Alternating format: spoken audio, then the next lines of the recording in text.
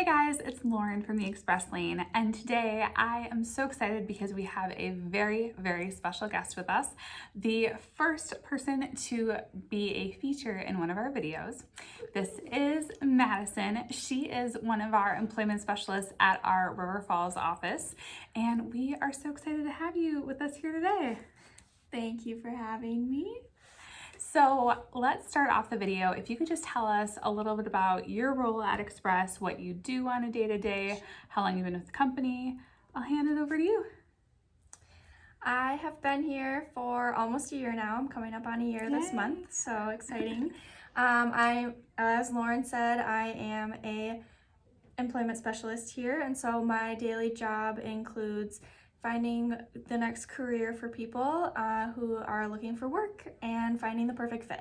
I just pulled the number for the River Falls office, and it looks like for 2021 alone, you guys interviewed over 1,000 people.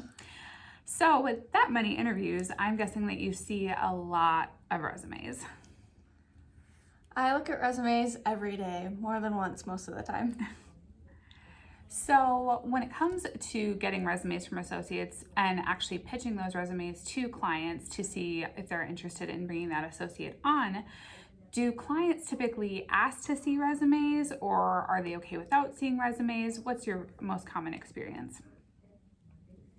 A lot of the times, companies want to see at least the type of work experience that you have and how long you've held positions for. So what would you say is the most common feedback that you receive from clients? Like if you had to sit down and make a list of the top 3 resume mistakes that somebody could make and that a client would comment on, what would you say? I think one of the biggest thing I see from clients these days is I get a lot of questions about why there are gaps on somebody's work history. It's better to even have short-term project work just to show that you were really stressing the importance of having a job when you were unemployed.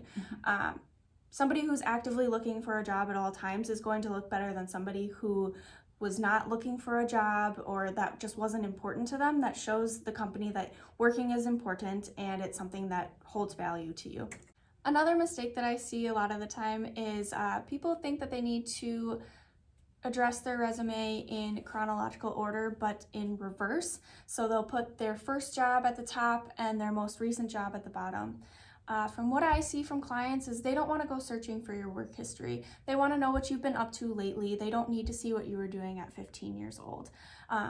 If you want to keep that experience on there though, if it is relevant to what you are trying to put forth in a job right now, I would put it under more of a category of relevant experience instead of putting it on your timeline of events in your work history.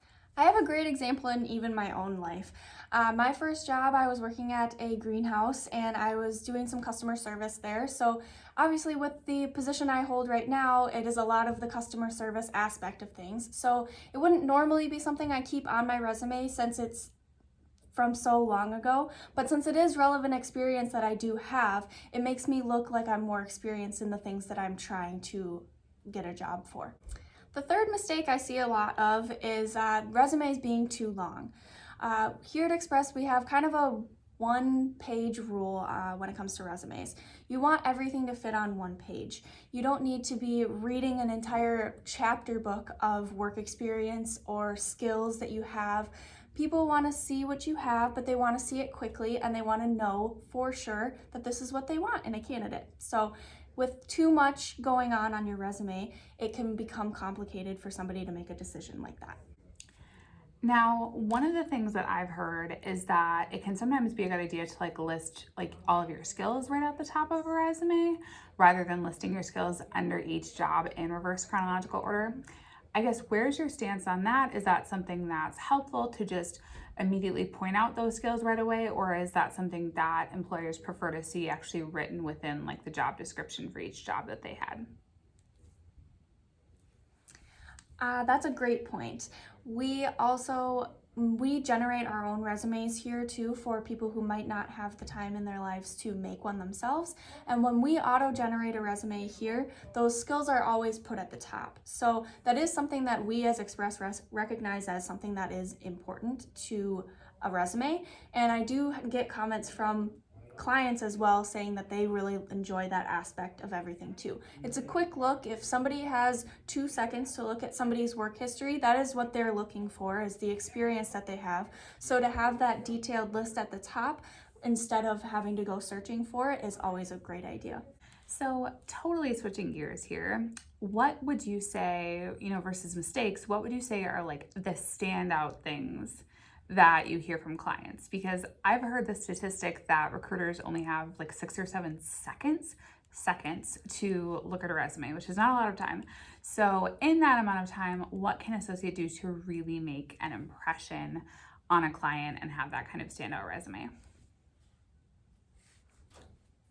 My tips for the 6 or 7 second rule, because that is, as a recruiter, I only have that amount of time as well. Definitely. So if I only have that amount of time, I can't imagine what my clients have. So I like to say clean, organized, straight to the point, don't crowd it. If you have to spend an entire paragraph describing what your job did, save that for the interview. You can explain yourself in the interview, and almost it keeps your client questioning too. They want to hear more about your job. They want to hear you explain it in your own words. And one last thing, don't forget to spell check. That is something that a lot of people forget to spend a little bit of time on, and you can end up with a major spelling error in one of the major parts of your resume. So don't forget to just look it over one more time before pressing send. And I feel like it's always the things that, like, the very prominent things that we misspell, like the street name that we live on, or like our name, or a header. So those are the things that you might think that you have it down pat, but just double check it. And one of the things that I definitely learned in college when it came to editing and proofreading is to always wait to proofread the next day if you can. Don't write your resume and then proofread it right away. Just give yourself some time, or better yet, have somebody look it over before you submit it. But if you don't have somebody to look it over, I would definitely say, wait till the next day to just take one more look at it before you do actually push that send button. Thanks for sharing those awesome tips with us today, Madison. I definitely feel like I learned a lot when it comes to resumes. So to round things out, I have one final question for you. Does an associate have to have a resume in order to work with Express? That's a great question, and I think a lot of people do assume that of us, but it's not anywhere close to true. As long as you can provide us with your work history, just when you worked where and basic job duties that you had, we can from there generate a resume for you, just your basic work history, and we can input your skills as well. So even the jobs that you think that might need a resume for it, come to us and we'll be able to help you out on that kind of a thing. We hope these tips really help you when you're applying for jobs and you're revisiting your resume. So don't forget to subscribe to our channel and hit the bell for a notification so that you're notified when we hit a new video. From all of us here at Express, we'll see you next week for our next video, where we give you even more tips to help you get your career in the Express lane.